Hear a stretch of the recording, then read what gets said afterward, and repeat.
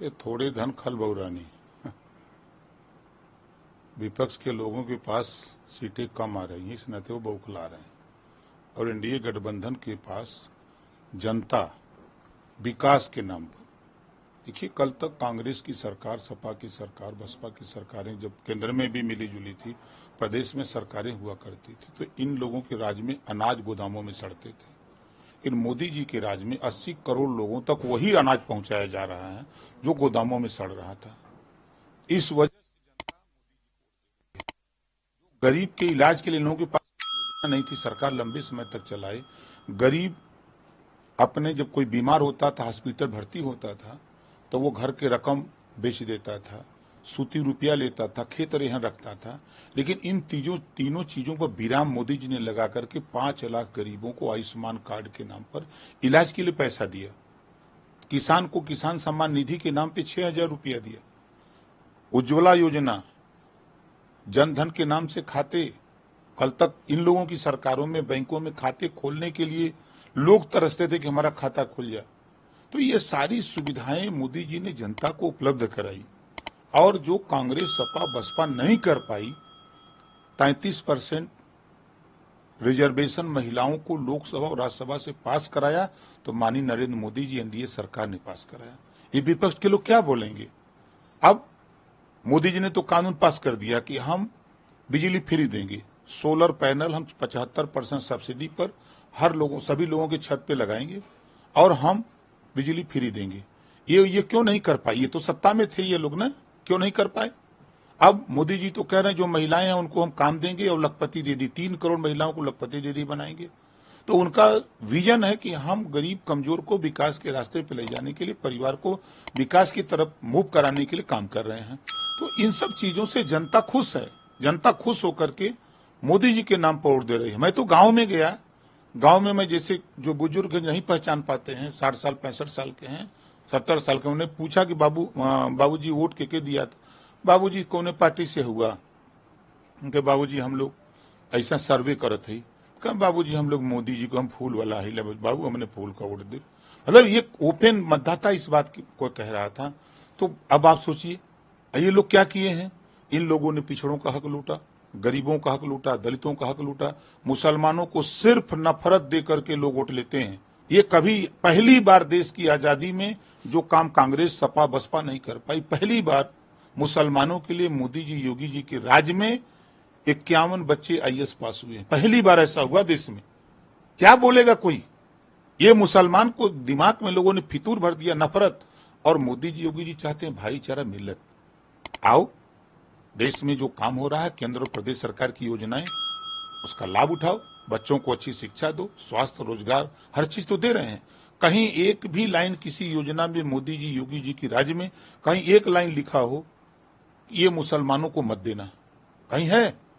ये सिर्फ नफरत बीजेपी फैला रहे हैं, कांग्रेस और सपा बसपा के लोग फैला रहे हैं। बीजेपी सिर्फ भाईचारा का काम करती है, मिलत का काम कर रही है। किस आधार पे चिल्ला रहे हैं? 8 जून को माननीय नरेंद्र मोदी जी तीसरी बार प्रधानमंत्री की शपथ लेंगे। अभी तो 4 को गिनती है, हम तो 8 वाली बात बता रहे हैं।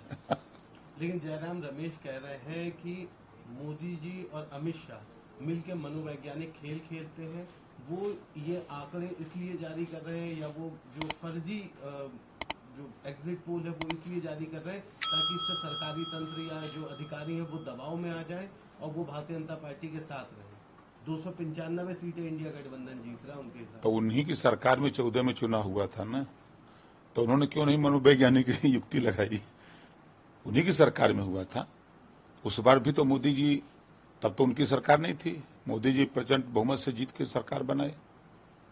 ये देखिए, ये हताशा और निराशा है इन लोगों की, जो भी बोल रहे हैं। जब पानी सूखता है तो तालाब में मछलियां बहुत फड़फड़ाती हैं। जब तालाब में पानी सूखता है ना, तो जो भी मछलियां रहती हैं वो बहुत फड़फड़ाती हैं। उसी तरह कांग्रेस सूख रही है, सपा सूख रही है, बसपा सूख रही है, तो बहुत छटपटा रहे हैं, फड़फड़ा रहे हैं, फड़फड़ा रहे हैं। कांग्रेस नेता राहुल गांधी भी इसी तरह की बात कर रहे हैं। वो कह रहे हैं उनका उनका फैंटेसी पोल है। अब उनको भारत गठबंधन की सीटों की संख्या के बारे में पूछा गया तो उन्होंने बताया कि सिद्धू मूसेवाला का गाना था 295 ही सीट हमारी आ गई। अच्छी बात है। अब वो दिवा स्वप्न देख रहे हैं तो कोई दिक्कत नहीं है। यही राहुल जी हैं, सदन में महिला आरक्षण बिल की फाड़े थे। जातिवार जनगणना पूछा गया बीजेपी की तरफ से तो इन्होंने ही बिल फाड़ा था, राहुल गांधी जी नहीं फाड़ा था। उस समय उनको याद नहीं आया, महिलाओं को आरक्षण देने की बात याद नहीं आई। अनाज गोदामों में सड़ रहा था तो राहुल जी उस समय याद नहीं आया। ये लोग जो कह रहे हैं काहे घबरा रहे हैं, जनता ने निर्णय दे दिया है। जनता 4 तारीख को, अब देखिएगा 4 जून को 4 बजे 400 पार का रिजल्ट आएगा। हम लोगों ने एक लक्ष्य लेकर के हम लोग लड़ाई लड़ते हैं। इन लोगों की तरह खाली हम लोगों का कोई लक्ष्य नहीं, इन लोगों का कोई उद्देश्य नहीं। हम लोगों का लक्ष्य है उत्तर प्रदेश में 80 के 80 सीट जीतने का लक्ष्य हमारा था कि हम 80 के 80 जीतेंगे। हम लक्ष्य लेके निकलते हैं, जनता को लक्ष्य मान करके हम उनका काम करते हैं। आज कानून का राज है। सपा की राज सरकार थी तो गुंडा राज था, कांग्रेस की सरकार थी तो कानून नाम का कोई चीज नहीं था। तो ये सब सारी चीजें जनता सब समझ रही है। आप चलिए किसी गांव में उन्हीं को ले लीजिए, उन्हीं के मुहम्मा पर कहवा दें, चाहे राहुल जी हो, चाहे अखिलेश जी हो, चाहे कोई नेता, उनके सामने जनता से न कहवा दिया तो कहिएगा। जनता कह रही है कि जो अनाज गोदामों में सड़ा रहे थे ये लोग, मोदी जी के राज में था गोदाम में, कहीं आपने देखा किसी अखबार में, किसी चैनल पे चला कि फला गोदाम में अनाज सड़ रहा है? इनके राज में तो रोज अखबारों में आ रहा था, बरसात शुरू हुई कि अनाज सड़ना शुरू हो जाता था। तो ये चीजें जनता मोदी जी के नाम से, अभी लोग थोड़ा धैर्य रखें।